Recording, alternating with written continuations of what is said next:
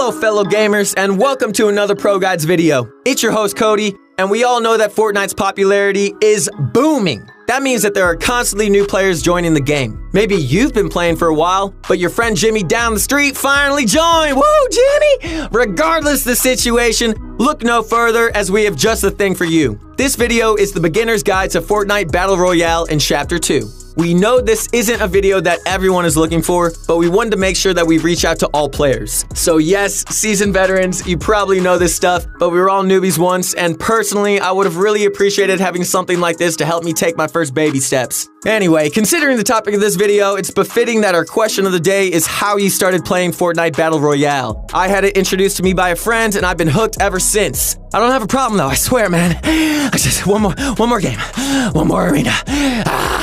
Okay, sorry. Now for all you newbies out there and those of you who are trying to improve, make sure that you check out ProGuides.com. I especially suggest you check out our coaches there. They're all really helpful and will help you understand the fundamentals that you need to find to have success in Fortnite, especially since Fortnite has many aspects. It's really nice to have someone who can help and guide you through this process. We also have a lot of beginner-friendly content for every role. So noobs, stop getting pwned. Let's jump into the video. Released on September 26th of 2017, Fortnite is a battle royale game where 100 players are placed on a giant map with a storm that slowly closes in on everyone while they're forced to fight it out to be the last man standing. Fortnite has 3 core game modes, being solos, duos, and squads, with 1, 2, and 4 players per team respectively. Another mode, trios, was introduced, but not as a core. In duos, trios, and squads, you can team up with your friends and work together to survive, or you can play solos for a more intense experience. In Fortnite, there is one primary goal, and that goal is to get the shiny Victory Royale. The Victory Royale signifies that out of 100 players fighting it out to the end, you were the one player who defeated them all, and you were the last player or the last team alive in the end. The ultimate goal of any Fortnite game is to get the win. Get that W, bro. Whether you're playing in a competitive tournament or playing casually for fun, the win is the ultimate symbol of, well, beating 100 other players. While a win is pretty difficult to attain, there are certain strategies that you can use to increase your chances of winning. For example, playing a more passive playstyle and avoiding fights is an effective strategy which we'll be going over later on. In Fortnite, there's no particular kill count you have to achieve in order to win. In fact, it's quite the opposite. Sometimes eliminating other players hurts you more than it helps, but we'll get to that later on in the video. Now that we've gone over the core concept of Fortnite, let's discuss a bit more about this map that you'll be spending most of your time on. There are a bunch of points of interest around this map, with 13 main locations. However, it hasn't always been this way. In fact, until just a few months ago, we had a whole different map. We're currently playing in Chapter 2 of Fortnite, which released on October 15th of 2019. There are currently 13 primary points of interest, with other small unnamed locations scattered around the map. The ultimate goal of each location is to provide loot, being your weapons and healing items, and to provide materials, which can be used to fuel Fortnite's primary mechanic. And the reason we all love the game so much, building, like Bob, dude, what's up? Loot comes from one of a few sources. First, we have floor loot, which randomly spawns on the ground in certain areas. Second, we have ammo crates, which provide ammo for your weapons, and sometimes if you get lucky and get a blue ammo crate, they'll include even more ammo than usual, and sometimes even carry healing items. Third, we've got the supply drop, which comes from the sky and drops a high rarity item with healing items and ammo. Finally, the most popular source of loot is from chests. Chests come in 2 types, the normal chest and the blue chest, also referred to as the super chest. This super chest only drops good loot, with only the 2 highest rarities of weapons dropping from them, along with guaranteed healing and materials. Normal chest drops some materials, a healing or utility item, and a weapon with good ammo to go with it, which can be of any rarity. Speaking of weapons, I think now would be a good time to go over the weapons and items in Fortnite, because this is essentially what you'll be using to win the game. The term loot pool refers to all of the weapons and items that exist in the core game modes. Fortnite's loot pool includes 8 unique weapons that come in different rarities from common, rare, epic, and legendary. The higher the rarity, the less bloom and higher damage it does. With different uses, 5 healing items, 3 shield items, 3 utility items, traps, and boats for mobility. Let's go over the Fortnite loot pool so you can get a better understanding of it.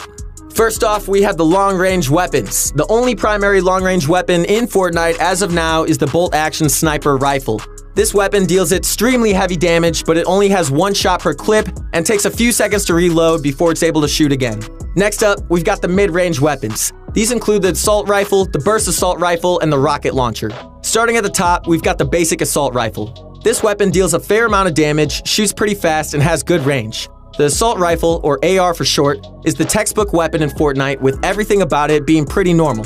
Second, we've got the burst AR. This one is essentially the same as the classic AR, but instead of shooting on full auto, it shoots bursts of 3 shots at a time with a short delay in between. Finally, we have the RPG. We call the RPG mid-range because while it can be very effective at pretty much any range, we mainly see it being used in mid-range for maximum effectiveness. The RPG is great for destroying large structures or hitting splash damage on an opponent. Both assault rifles have clips of 30 rounds, and the RPG has 1 rocket per clip with a very long reload time to account for its explosive strength and power. Finally, the last class of weapons, the short-range weapons. These will be used the most, as most engagements in Fortnite are in close quarters. These weapons include 2 types of shotguns, the tactical shotgun and pump shotgun, the submachine gun, and the pistol. Starting from the top, the tactical shotgun deals heavy damage with a fast fire rate. However, this weapon has a large spread, and it isn't exactly the most accurate. If you have good aim and you're a bit more precise, the pump shotgun will be your homie, dude. Come on. Woo! I love you, shotgun. Don't ever leave me, please. With even heavier damage but a slower fire rate and less spread, the pump shotgun rewards accuracy and precision with high damage shots. However, if you miss your shot with the pump, then you'll be in a rough spot, so be careful. Many people in the Chapter 2 meta prefer using the tactical shotgun as its fast fire rate allows them to mow down their opponents quicker. Next up, we've got my good buddy, the submachine gun. This close-range powerhouse has 30 shots per clip with an extremely fast fire rate. While the SMG damage isn't insane, it makes up for this with a great speed and effectiveness in close quarters. Finally, we've got the weapon that most people consider the worst in the game. The good old classic pistol. I love you, pistol. There's no love for you. I'm sorry, bro. But it's because you only have 16 rounds per clip and you are unable to be shot by simply holding a button down. Instead, you have to click super fast to maximize its use. The bloom on the pistol isn't great either, and its maximum fire rate isn't ideal, even if you click extremely fast. Speaking of bloom, if you haven't heard the term bloom before, let's go over it. In Fortnite, accuracy is important. However, if every weapon was perfect and every shot was dead on, any good aimer would be able to pretty much be unstoppable. To balance things out and create incentive to learn other strategies, the bloom system was introduced. The way bloom works is that instead of bullets going straight down your reticle, they sometimes go off the sides in a completely random pattern. The reticle is in the middle of your screen, and this reticle is important in showing the bloom you'll have. Basically, your bullets can go anywhere between the 4 lines on your reticle. One way to counter this is to stand still and shoot, which will enable first shot accuracy, basically making your first shot 100% perfect. However, this can be risky as getting sniped or attacked by another player is pretty common in Fortnite. You should always be trying to minimize your bloom by using methods like crouching, moving slowly, strafing side to side, and other methods. Okay, now that we've gone over Fortnite's weapons and some of their basic mechanics, let's discuss healing and shields. In Fortnite, you have a maximum of 200 HP, which is split into 2 parts, health and shield. Your health is your true health, and your shield is like an extra layer of protection. Health is preserved through one of 4 ways, either by using a bandage bazooka, eating fish, eating forage items like apples, or using a healing item like a medkit or bandages. Shields are replenished by either eating a slurp fish, which we'll explain later on, eating foraged mushrooms, or by using shield potions. It's absolutely crucial to carry healing items and shields, as you're likely going to be damaged in most of your fights. Out of 5 inventory slots, usually 1 or 2 of them should be filled with these items. Let's discuss the healing and shield items. First, we have the medkit, which takes 10 seconds to use and fills your health bar completely. Whether you have 1 health or already have 99, a medkit will bring you to 100 health, completely filling your bar. There's an alternative to medkits, and that is the bandage. Bandages come from chests or from floor loots in stacks of 5. Each bandage heals 15 of your health with a maximum of 75 total, so you can't reach full health off of bandages. However, they're still a great tool. Finally, we have the bandage bazooka, which heals 15 health per shot, up to 100 total health. This item reloads on its own, and it is basically an infinite supply of health. By shooting it straight down at yourself, you can heal yourself up, or you can heal your teammates by shooting it at them. The bandage bazooka carries 5 bandages maximum and recharges 1 every 20 seconds. That means if you use 3 bandages to heal up 45 health, your bandage bazooka will be full in 60 seconds. However, this bazooka takes up to 2 inventory slots, so it comes at a pretty hefty cost. Next, let's discuss shield items. There are 2 main shields in Fortnite, the mini shield and the shield potion. First, let's talk about the mini shield. Mini shields drop in stacks of 3, and you can hold 6 per slot. They're one of the most commonly used healing items in Fortnite, and they take 2 seconds to use and heal 25 shield. However, there is a limit, as you can only heal up to 50 shield with mini shields. Instead, to reach full shield, you'll need a shield potion, also referred to as a big shield or a shield pot. These drops in stacks of 1, you can have 3 in one slot, and they give you 50 shield, each with a limit of 100 shield. However, they take 5 seconds to drink, so you've got to be in a safe area before you use them. I know you like hanging out in alleyways, bro, but you gotta just chill on that for a second, dog. There's one more way to heal up, which is fishing. There are 3 types of fish you can catch, which all take 1 second to use and have different rarities. First up is the most common fish, the small fry. The small fry can have 6 in one slot and heals 25 health with a maximum of 75. If you're looking for a larger health boost, you're looking for the flopper fish. The flopper heals 50 health with a maximum of 100. Floppers can have 4 in a stack and are super useful for a quick health boost in a fight or if you're overtaken by the storm and need to escape. Finally, we have the best fish of them all, the slurp fish. You can carry 3 slurp fish in one slot at a time. Slurp fish grant you 50 effective health when they're being used, and basically this means that they'll give you 50 of whatever you need. So if you're at 50 shield and 100 health, you'll get 50 shield. If you have 75 of each, you'll get 25 of each from your slurp fish. They simply give you 50 of whatever you need, prioritizing health first and then the shields. Man, I freaking love you, slurp fish. You are definitely invited to my birthday party. Or party at Slurp Fish House. Woo! Let's get it. Slurp, slurp, slurp, slurp. Okay. Fish can be caught by using either a fishing rod or a harpoon gun. The fishing rod is the classic way to fish. They can be found in chests, floor loot, or from one of these fishing barrels. The harpoon gun has 10 shots, can be found in chests, floor loot, or fishing barrels, and it automatically catches fish instead of having a short wait like the fishing rod does. Almost all fish are caught from one of these fishing holes, which are basically white circles in any body of water which have fish jumping around in them. Simply toss your fishing rod or shoot your harpoon gun into the fishing hole and you'll get either a flopper fish, a slurp fish, or a weapon. If you use a fishing rod, wait for your bobber to go down and click again to retrieve your item. The only way to get a small fry is to fish somewhere that has no fishing hole. You might also get a rusty can, which basically has 0 use. We recommend trying to carry fish as they are pretty much the best healing you'll get since they heal a lot and only take 1 second to use. Finally, we've got the last item, the grenade. The grenade can be stacked up to 6 and drops in stacks of 3. This utility item does 100 damage and can be thrown at enemies to deal splash damage to their structures and even hit them heavily. We recommend using grenades against any opponent in a big base, in a building, or someone who builds a lot to damage their structures and maybe even hit them in the process. You can't hide from me, bro. Grenade! Woo! As of today, the best way to move around the map quickly is by using a boat. Boats spawn in any major location on the edge of the map. They can be used to travel across land or water. Kind of weird, right? Honestly, the way that these boats are able to travel on land is baffling, but it's perfectly fine. Anyway, if you're looking to make a long rotation to the safe zone, keep your eyes out for one of these as they are currently the fastest form of mobility in Fortnite. Okay, alright, so we've been over the loot pool, the map, the fishing, even the boats! However, we haven't gone over the most prominent core mechanic of Fortnite, the one that makes this game what it is today. Yes, ladies and gentlemen, I'm talking about none other than building! Without building, Fortnite isn't Fortnite. There are 4 basic structures. This includes the wall, the floor, the ramp, and the cone, aka pyramid. Some days he's a cone, some days he's a pyramid. These builds are used in conjunction with one another to build cover, gain high ground above your opponents, which I might mention is very important, but it can also be edited and toyed with to outsmart your opponents. Some very common building techniques frequently used are tunneling, ramp rushes, high ground retakes, the infamous 90s, and basing up.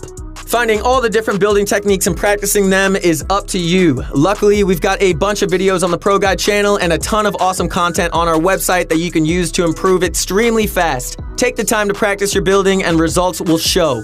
Building is performed by using materials which include wood, brick, and metal. Materials can be farmed by using your pickaxe to destroy anything from fences to trees to cars to buildings to furniture and more. One great thing about Fortnite is that you can interact with almost anything. Almost anything you run into is farmable. You can see your material count on the bottom right of your screen. Each build takes 10 material, and you can decide which material you need to use based on your situation. If you're in a normal fight, wood will do. But if you need a heavily reinforced building like a base or a box to heal in, brick or metal will definitely work better. Now let's head on over to editing. Editing is another crucial game mechanic used in direct conjunction with building. Editing is used to modify your structures. You can do anything from a simple window or door edit in a wall all the way up to spiral staircases and other crazy looking things. The beauty of editing is that it is such a unique system and so many new editing tricks are constantly being discovered. Let's quickly go over how to actually edit a structure. Once a build is placed down, look at it and press the button labeled Edit. Once you press this button, select the titles you'd like to use for your edit and press your edit button again to confirm it. Let's quickly go over a few popular edits. First, we have the basic wall window edit. Simply select any one of the tiles on the middle row of your wall and confirm the edit. Doing so on the left or right side will make a slightly thinner window. The middle one is a much larger and more open window. Second, we've got the wall door edit. This door edit consists of editing the bottom 2 tiles of any column on your wall, similar to this. All door edits are the same and they can be edited on any column. All door edits matter, baby, come on! For the floor, the only 2 edits you'll be doing much include the corner edit, by simply selecting one corner, or the side edit, by selecting both tiles on one side of your floor. Both of these are super useful if you're above an opponent and you have control of the floor above them. For the ramp, 2 main edits come to mind, the side ramp edit and the backwards ramp edit. First, the side ramp edit is done by editing one side of the ramp from the side closest to you straight to the other side. The backward ramp edit is done by looking at the center of the opposite side of your ramp and dragging it back towards the tile that you are on. By doing either of these edits, you can gain a significant edge in extreme close range encounters, and you'll be in the same box. Oh, you got a new friend, senor!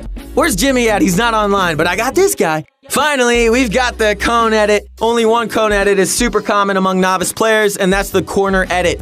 This corner edit is done by selecting one corner of your cone. This is super versatile, as it can be used to peek in a base, go up a structure in a fancy fashion, or in a close range fight to confuse your opponent.